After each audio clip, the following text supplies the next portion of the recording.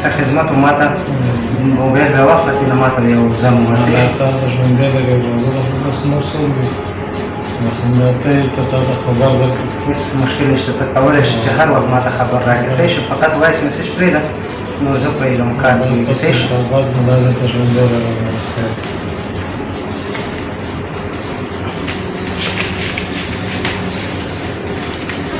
اوس نه کېږي الله خو به درته کوو بس دلته ژوندی وروره راته ښایي که نه په دې ځای کې صرف فروټ واخله کیله میله واخله مور درمل هر څه درته درکوي صحیح زما خپله دا سر داسې خوږېږي زه خدای چې اوس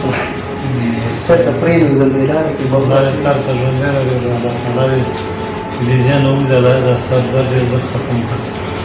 دا درته سرفرازه ده دومره دې مونږ لاس میوې کړه دا دې ستا لاس میوې